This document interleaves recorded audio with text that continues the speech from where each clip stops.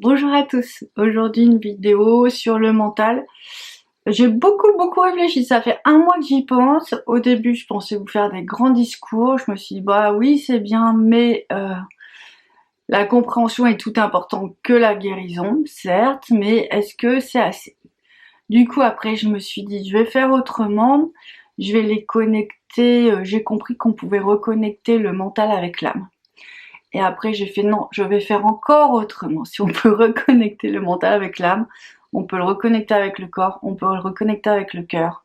Et du coup, bah voilà, on part pour un soin qui est des plus ambitieux. C'est vraiment travailler là-dessus, sur ces différents aspects. Et puis, bah, on va bien voir ce qui va se passer parce que c'est comme d'habitude, il se passe toujours quelque chose. C'est parti. Voilà. Donc, bon, c'est un peu des choses qu'on connaît, mais on va dire qu'on va reprendre les bases. Le mental, c'est cette partie du cerveau qui va être dans un bavardage incessant. Chez la plupart des gens, euh, et qui va en fait prendre toute la place dans votre vie, qui va prendre une forme, une énergie incroyable, qui va vous empêcher d'être dans le calme, qui va vous empêcher d'être centré sur vous. Ça va toujours fonctionner. Bon, le propos n'est pas forcément de savoir pourquoi la cause. Moi, je pense que bientôt dans les écoles, on apprendra autant à penser qu'à arrêter de penser. Bon, on le voit, hein, les fatigues, les burn-out, voilà, on pense très vite, mais il faut aussi apprendre à décélérer.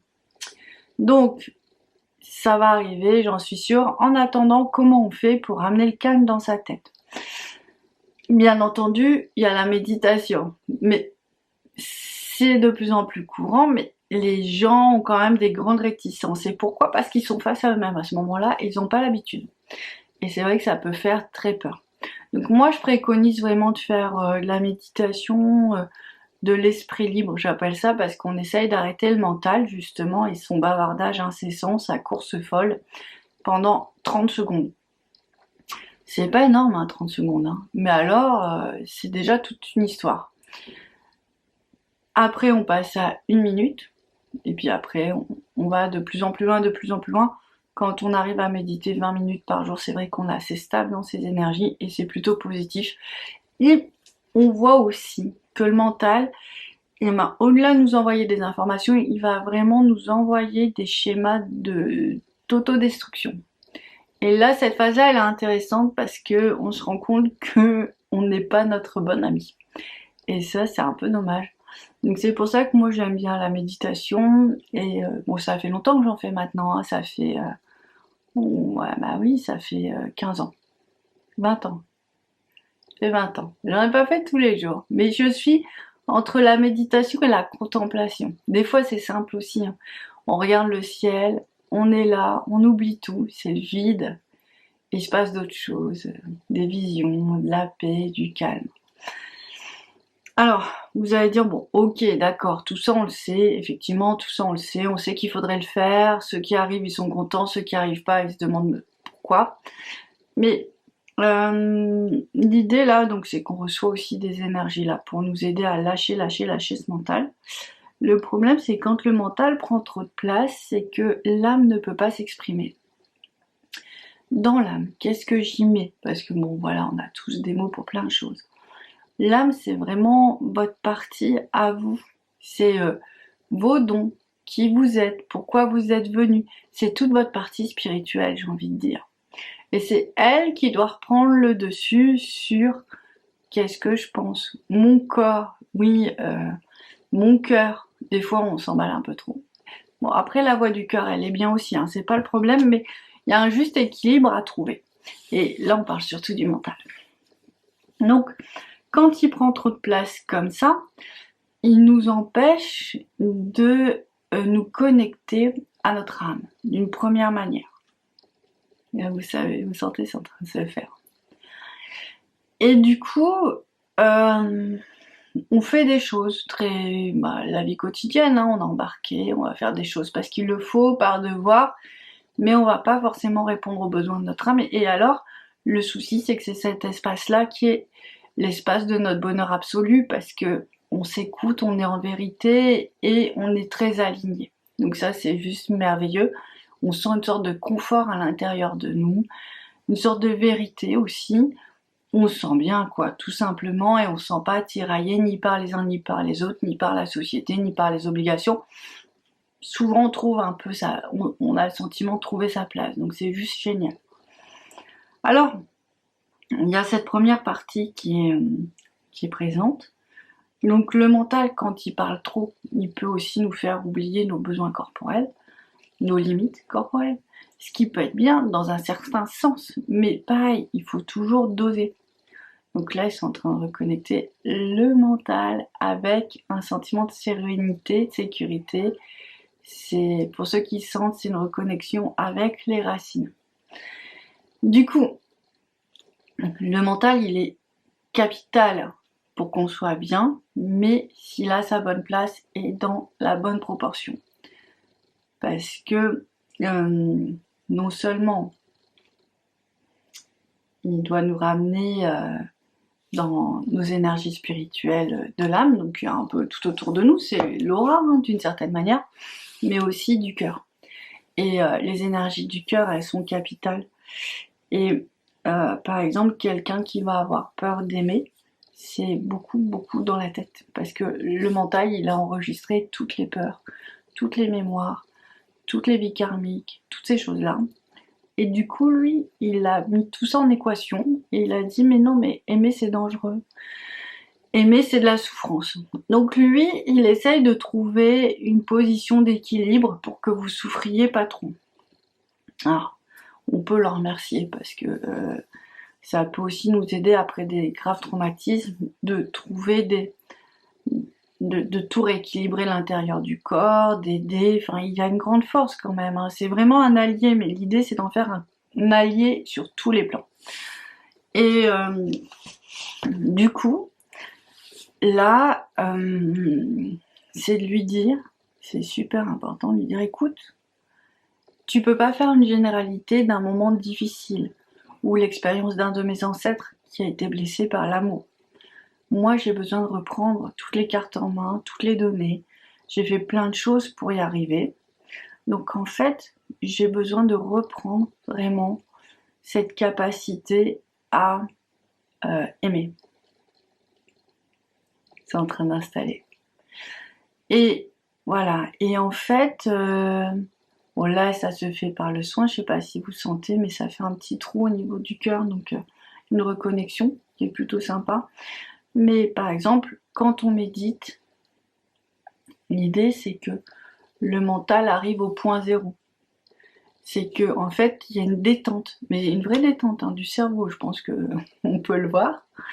Et à ce moment-là, l'énergie, elle peut passer. C'est plus lui, c'est plus ce schéma mental qui dit voilà, je suis ça, ou qui dit voilà, la vérité est là.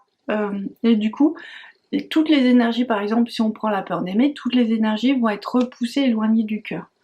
Donc on n'est pas dans un état où on peut attendre ou espérer l'amour.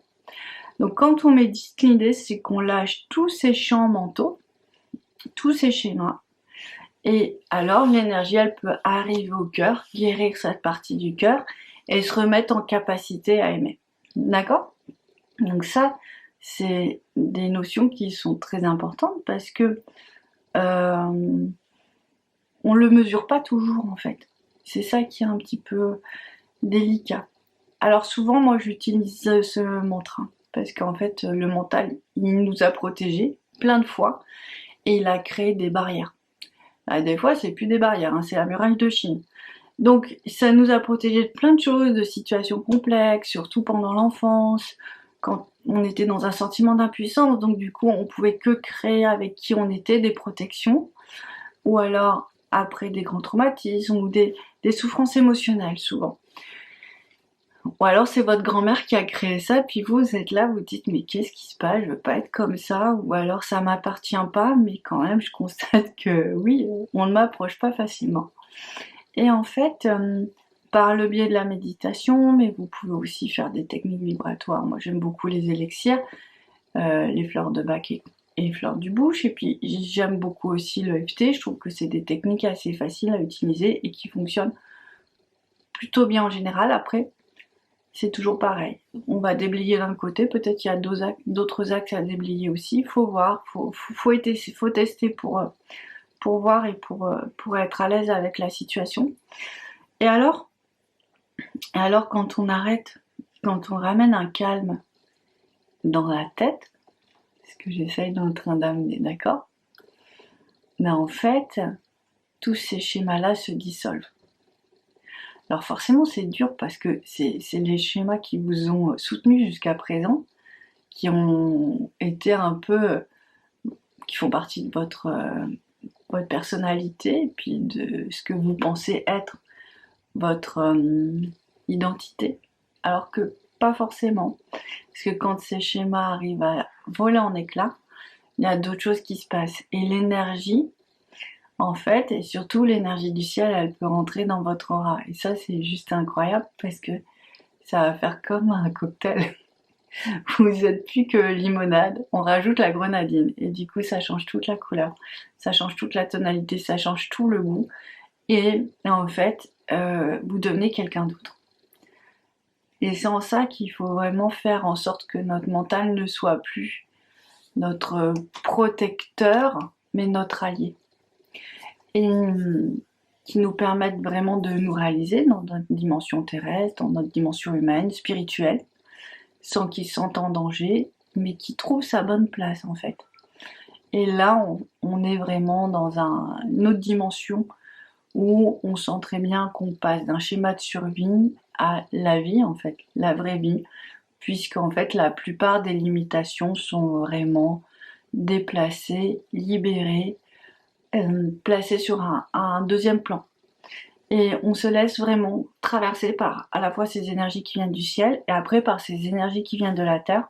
C'est encore une autre couleur qui arrive dans le cocktail, je ne saurais pas dire laquelle. Un truc bon, hein. En tout cas, ça se mélange bien aux autres. Et du coup, quand ces forces, elles peuvent prendre place, c'est autre chose qui se passe à l'intérieur de vous. Je pense que vous vous révélez, je pense que vous avez une autre force parce que c'est des capacités, c'est illimité en fait, la reconnexion à la haut, la reconnexion par les racines. Et là, on est dans une autre force qui vient nous régénérer et qui nous fait avancer. C'est d'autres principes de vie, ça s'appelle soit les lois cosmiques si on croit à la loi d'attraction, soit les lois divines si on croit au plan angélique, marial, christique et divin.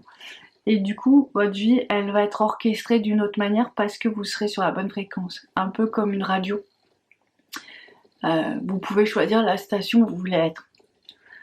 Et là, bah, forcément, vous n'êtes plus quelqu'un guidé par son mental. Vous êtes quelqu'un guidé par son âme et ses dimensions supérieures. Je dis supérieures parce qu'elles sont au-dessus. Et qui nous entourent et qui sont bienveillants et qui nous ramènent sur notre chemin de vérité, nos missions. Nos missions, c'est ce pour quoi on est venu quand même sur Terre, donc c'est dommage de les rater. Et pour ça, il faut intégrer cette dimension. Donc voilà, ils me disent d'arrêter. Je me perds, j'ai laissé un peu d'énergie passer. Pour renforcer tout ça, je vais vous dire quelques mantras pendant quelques minutes avec les énergies de soin. Puis bon, bah, je vous laisse tester ce soin, puis autant de fois que nécessaire, vous allez sentir. Dès que ça coince un petit peu, vous pourrez le faire.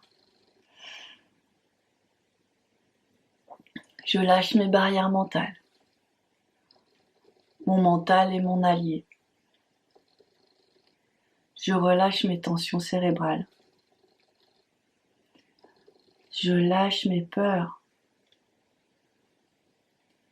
J'accepte de vivre. J'accepte d'aimer. Je me recentre sur mon être. Je me recentre sur ma vie. Je reste centré dans mon âme. Je m'éveille au spirituel. Le spirituel guide ma vie. Ma vie est spirituelle. Ma vie est vérité. Je me laisse guider par les fées, par l'univers, par les anges, par le Christ, par Marie, par le divin. Voilà. Je me laisse pénétrer Je me laisse transformer par toutes ces belles énergies. Je ne fais plus qu'un avec elles. Mon mental est au service de mon âme. Il trouve enfin sa bonne place pour m'aider à me réaliser dans cette vie, sur le plan spirituel.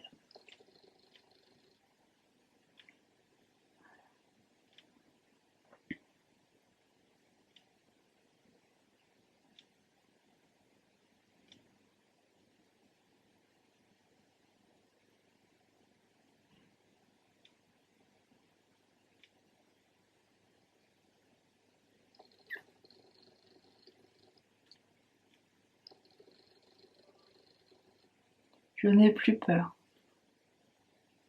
Je n'ai plus peur d'aimer. Je n'ai plus peur de vibrer. Je n'ai plus peur d'exister. Car je suis déjà. Je suis dans l'amour, dans la paix et dans la lumière. J'existe pour moi-même. J'existe pour me réaliser. J'existe pour m'offrir. J'existe pour me libérer. J'existe pour expérimenter la vie. J'existe pour grandir.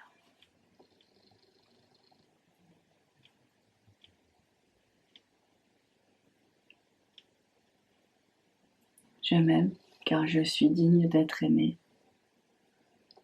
Je m'aime car je m'aime seul par le fait d'exister.